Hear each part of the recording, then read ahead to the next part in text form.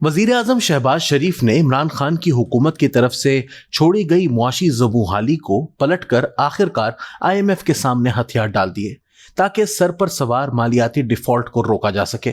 شہباز کی توجہ اس کے پسندیدہ تعمیراتی منصوبوں پر رہی۔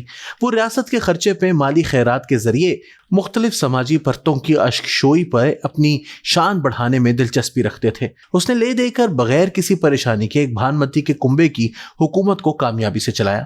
مسلم لیگ نواز نے تمام بڑی وزارتوں پر اجارہ داری حاصل کی، خاص طور پر معیشت سے متعلق، لہٰذا مہنگائی، افراط زر اور معاشی سست روی کا الزام PMLN پر ہی عائد ہوتا ہے، جس کے اگلے انتخابات میں پارٹی کے لیے خطرناک نتائج برآمد ہو سکتے ہیں۔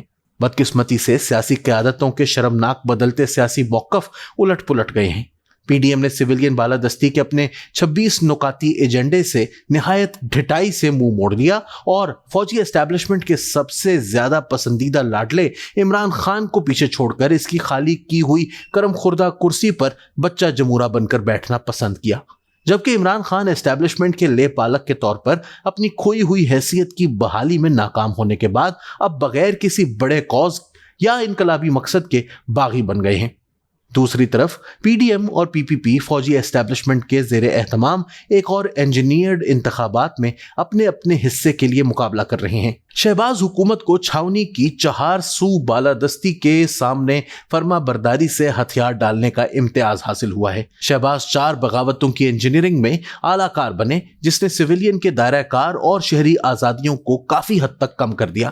پہلی بغاوت خصوصی سرمایہ کاری کی سہولت کار کونسل یعنی SIFC کے تحت وفاقی وزارتوں سے بالا اور صوبائی خود مختاری یعنی 18ویں ترمیم کو مسمار کر کے غیر ملکی سرمایہ کاری اور معاشی وزارتوں کے وسیع دائرہ عمل کو سنبھالنے کے لیے آئین سے بالا ادارے تشکیل دے دیے۔ اب ہول گورنمنٹ یعنی سول و فوجی شراکت داری سے ایک ونڈو آپریشن کے ذریعے پاک فوج کو تمام قدرتی وسائل، زرعی زمینوں، معدنیات، پانی، توانائی، IT، AI وغیرہ کا انتظام سونپ دیا گیا ہے اور SIFC کی ایپیکس کمیٹی کابینہ سے بالاتر ہوگی۔ دوسری بغاوت راولپنڈی کی ہدایات پر ربڑ سٹیمپ کے طور پر قانون سازی کر کے پارلیمنٹ کی بالادستی کی چھٹی کرا دی گئی ہے۔ کورم کے بغیر پارلیمنٹ نے عجلت میں ایسی بیہودہ قانون سازی کی جو پارلیمانی روایات اور آئینی روح سے انحراف کرتی ہیں، جیسے نگران حکومت کے اختیارات میں اضافہ، آرمی ایکٹ میں ترامیم، سرکاری راز ایکٹ، ڈیجیٹل میڈیا قانون، نجکاری قانون اور پیمرا کے قانون میں ترامیم کی کوششیں۔ تیسری بغاوت مشترکہ مفادات کونسل یعنی CCI کی مردم شماری کی منظوری، جس نے انتخابی حلقوں کی دوبارہ حد بندی تک انتخابات ملتوی کرنے کی راہ ہموار کی۔ تحریک انصاف کے چیئرمین اور کارکنوں کو بے شمار جھوٹے سچے مقدمات میں ملوث کر کے انتخابی عمل میں سب کی مساوی شرکت کو مشکوک بنا دیا گیا ہے۔ حقیقی حزب اختلاف کی عدم موجودگی سے فائدہ اٹھا کر من پسند عبوری حکومت کو بااختیار کر دیا گیا ہے۔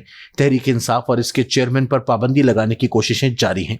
چوتھی بغاوت شہری آزادیوں، اظہار رائے کی آزادی اور میڈیا کی آزادی کو ختم کر دیا گیا ہے۔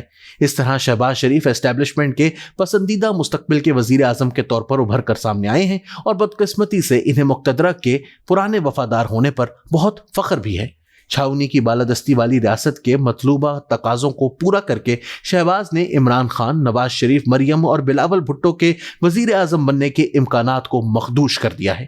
اب یہ عمران حامی اور عمران مخالف قوتوں کے درمیان تقسیم ہے۔